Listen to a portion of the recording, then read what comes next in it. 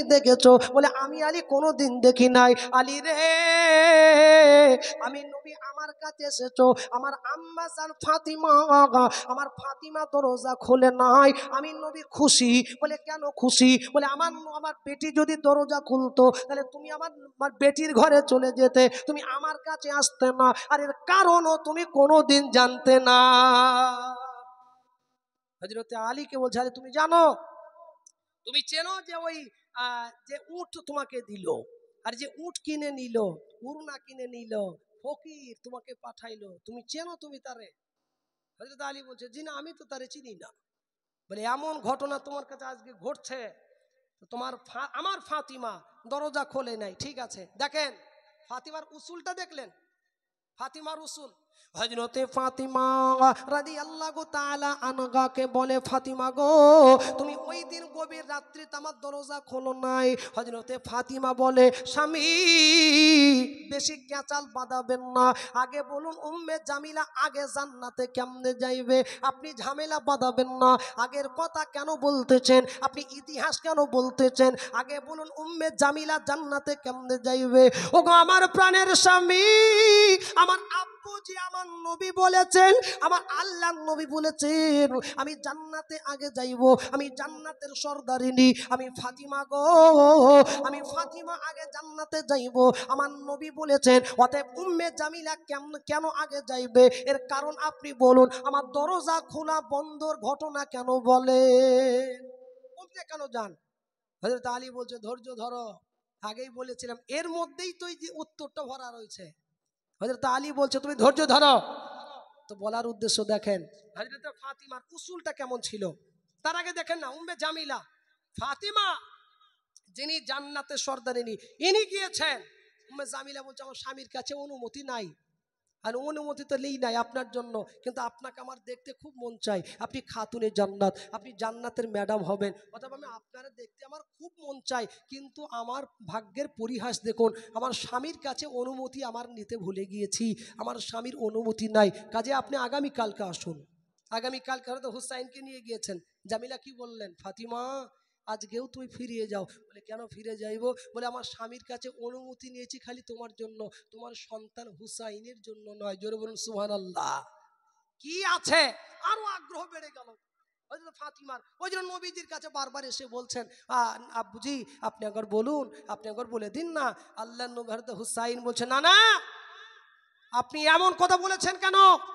আমার মায়ের আগে জান্নাত উম্মে জামিলা কেমনে যায়, কিভাবে যাইবে?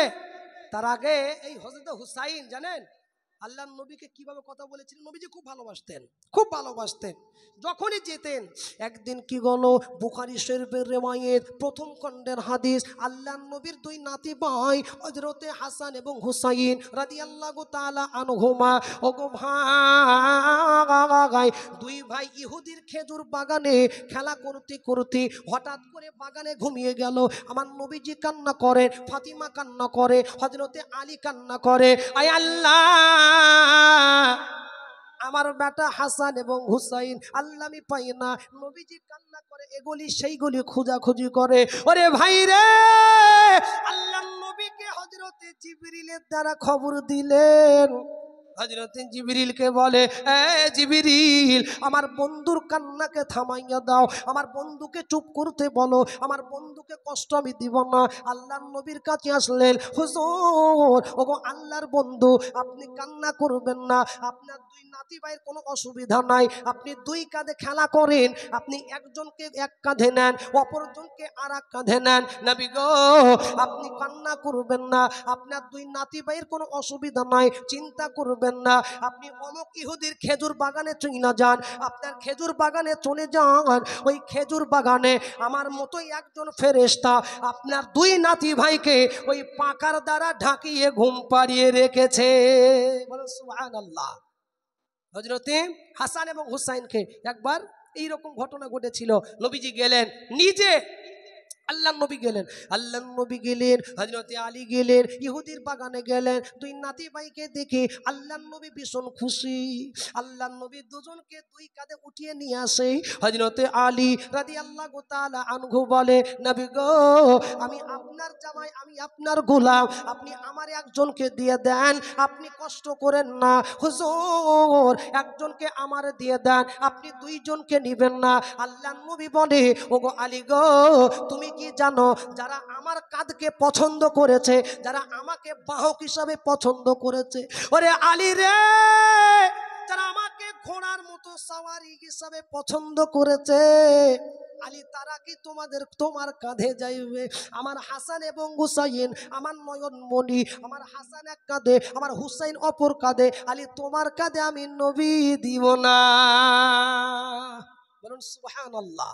নবীজি খুব ভালোবাসতেন দুই নাতি ভাইকে। তো আল্লাহ নবী হুসাইন নাতি আল্লাহ নবীকে বলছেন, নাতি, নানা যান, আপনি আমার মাকে এমন কথা বলেছেন, তবে আপনি একটা কথা বলেন। বলে, কি কথা?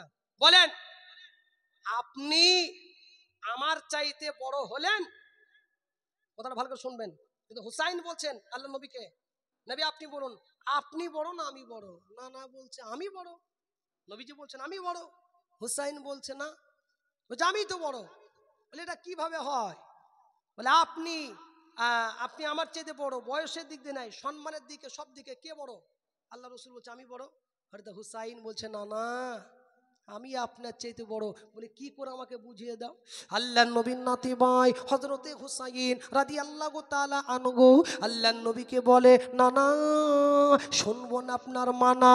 নানা গো, আপনি একবার বলুন আপনার আব্বুজির নাম কি? বলে, আমার আব্বুজির নাম আব্দুল্লাহ। মায়ের নাম কি? মায়ের নাম আমিনা। বলে, ও নানা জান শুনুন, আপনি আমার আব্বাকে চেনেন? বলে, তোমার আব্বুজির নাম বলো। বলে, আসাদুল্লাহিল গলিব, শেরে খোদা।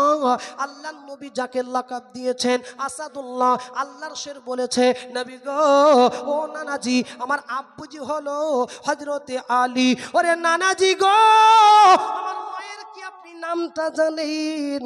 আমার মায়ের নাম ফাতিমা রাদিয়াল্লাহু তাআলা আনহা, যিনি খাতুনে জান্নাত, জান্নাতের ম্যাডাম হবে।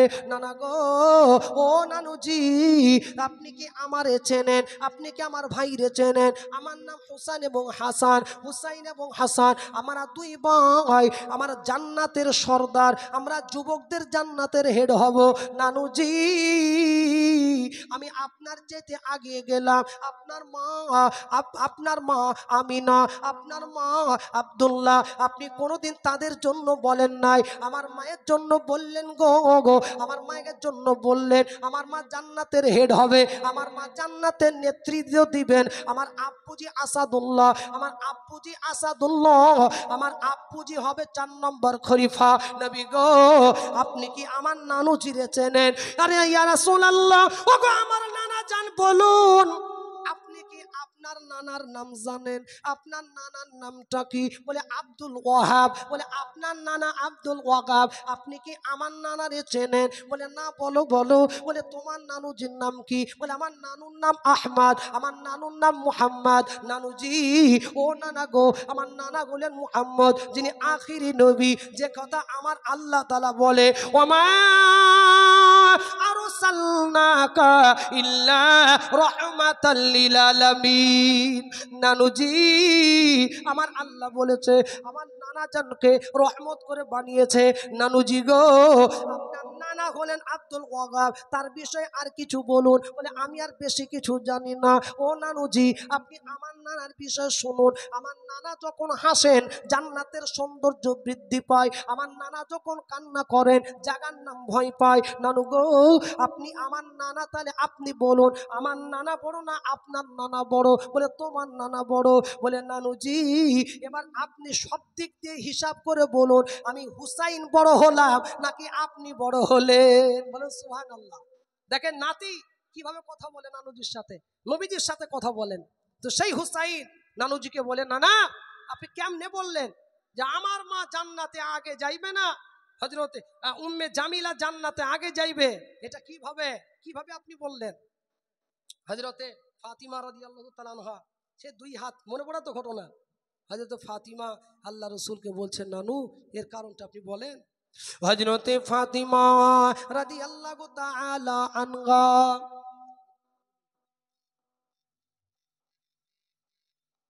হযরতে আলীও আছেন, হযরতে হুসাইন আছেন, নবীজি আছেন, একই হুজরাখানায় নবীজির ঘরে।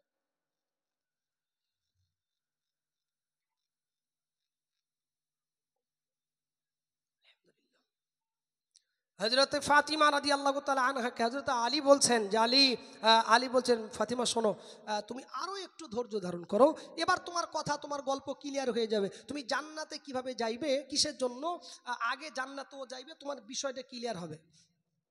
আল্লাহর নবীকে বলেন, হযরতে আলী রাদিয়াল্লাহু তাআলা আনহু, বিবি গো, ও বিবি ফাতিমা, ঘটনা শোনো, খুব মনোযোগ দিয়ে শুনবে ভাইজান। ওগো হরিকানা শ্যামনগর পাড়া, ওগো আম্মা জানেরা, ওগো আব্বা জান, ওগো আম্মা জান, মা জননী, আমি একটি কথা বলবো, উম্মে জামিলা আগে কেন জান্নাতি, হযরতে ফাতিমা কেন জান্নাতি? হযরতে খাতুনে জান্নাত ফাতিমা তো জোহরা রাদিয়াল্লাহু তাআলা আনহা আল্লাহর নবীকে বলে, আল্লাহর নবীর জামাই হযরতে আলীকে বলে, স্বামী গো, আমি কোনোদিন কিছু আপনার কাছে চাই নাই, ওগো আমার প্রাণের স্বামী, আমি ফাতিমা আজকে তিনটা জিনিস চাইবো।